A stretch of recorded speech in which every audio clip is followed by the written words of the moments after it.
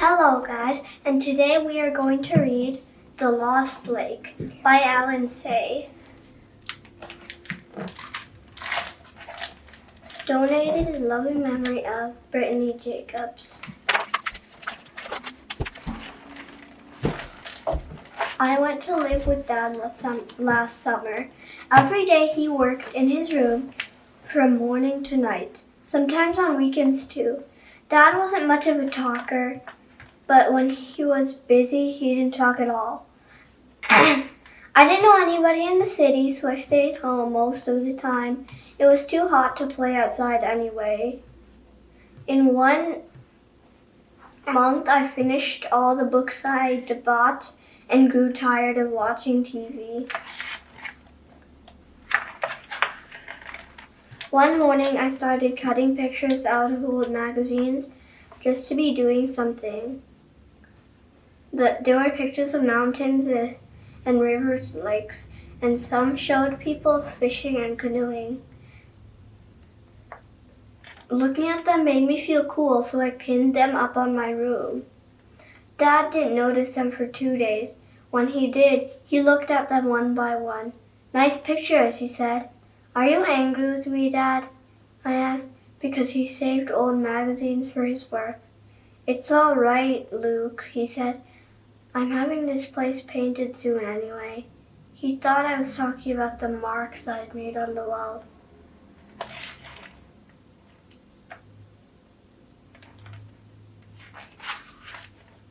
That Saturday, Dad woke me up early in the morning and told me we were going camping. I was wide awake in a second. He gave me a pair of brand new hiking boots to try out. They were perfect. In the hallway, I saw a backpack and I saw a big backpack and a knapsack all packed and ready to go. "What's in them, Dad?" I asked. "Later," he said. "We have a long drive ahead of us." In the car, I didn't ask any more questions because Dad was so grumpy in the morning. "Want a sip?" he said, handing me his mug. He'd never let me drink coffee before. It had lots of sugar in it. "Where are we going?" I finally asked. We're off to the Lost Lake, my lad." "How can you lose a lake?" "No one's found it, that's how." Dad was smiling. "Grandpa and I used to go there a long time ago. It was our special place, so don't tell any of your friends." "I'll never tell," I promised. "How long are we going to stay there?" 5 days, maybe a week." "We're going to sleep outside for a whole week?" "That's the idea." "Oh boy!" We got to the mountains in the afternoon. It was a bit of a hike to the lake. "It's a bit of a hike to the lake, son," Dad said. "I don't mind," I told him. "Are there any fish in the lake?" "Hope so. We'll have to catch our dinner, you know." "You didn't bring any food?" "Of course not. We're going to live like true outdoorsmen." "Oh." Dad saw my face and started to laugh. Must have been joking. I didn't think we were going very far anyway, because Dad's pack was so heavy I couldn't even lift it. Well, Dad was like a mountain goat. We went straight up the trail, whistling all the while. I was gasping in no time. My knapsack got very heavy and I started to fall behind. Dad stopped me often, but he wouldn't let me take off my pack.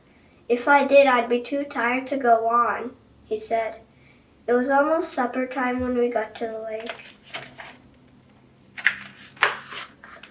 The place reminded me of the park near Dad's apartment. He wasn't whistling or humming anymore. "Welcome to the found lake," he muttered from the side of his mouth. "What's wrong, Dad?" "Do you want to camp with all these people around us?" "I don't mind." "Well, I do. Are we going home?" "Of course not." He didn't even take off his pack. He just turned and started to walk away.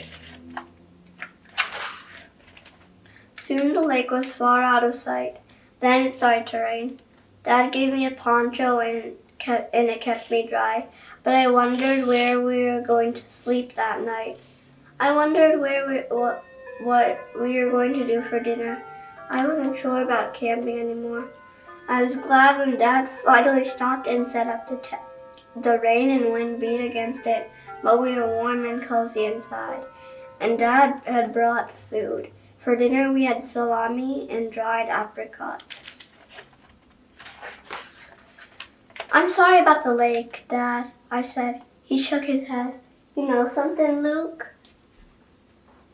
There aren't any secret places left in the world anymore. What if we go very far up in the mountains?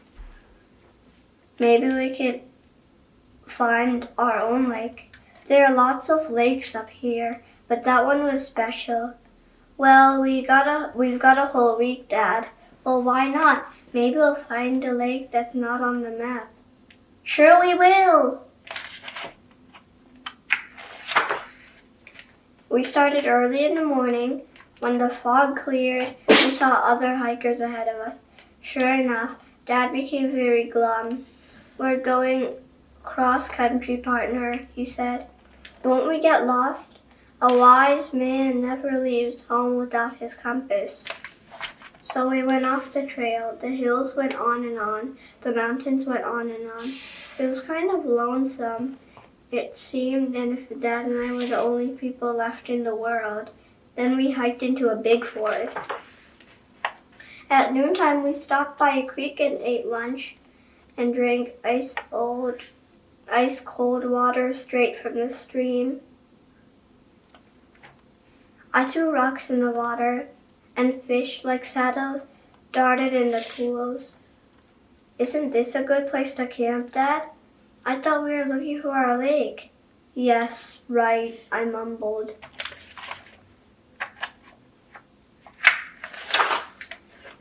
The forest went on and on.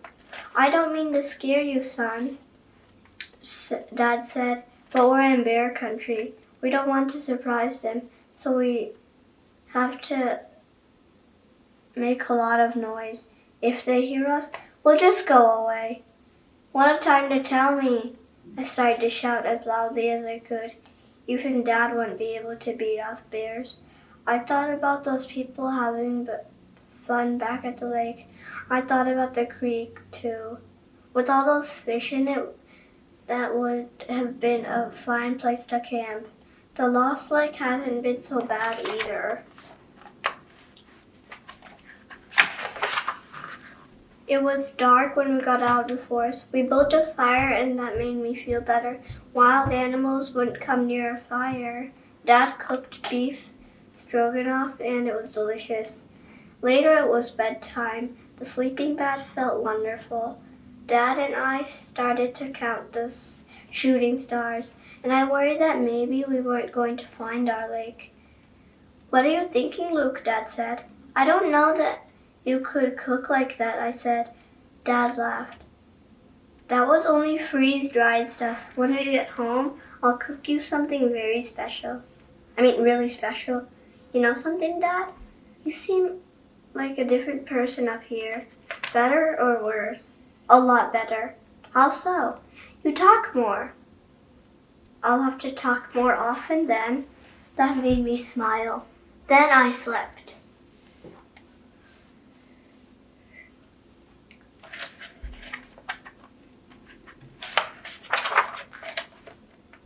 Dad shook me awake. The sun was just coming up, turning everything all gold and orange and yellow, and there was the lake right in front of us. For a long time we watched the light change in the water, getting brighter and brighter. Dad didn't say a word the whole time, but then I didn't have anything to say either.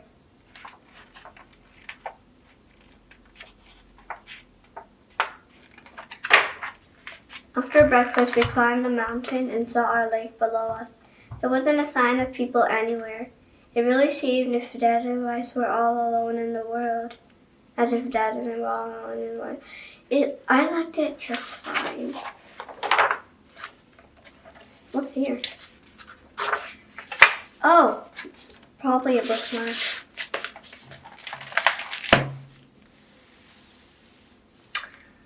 The end.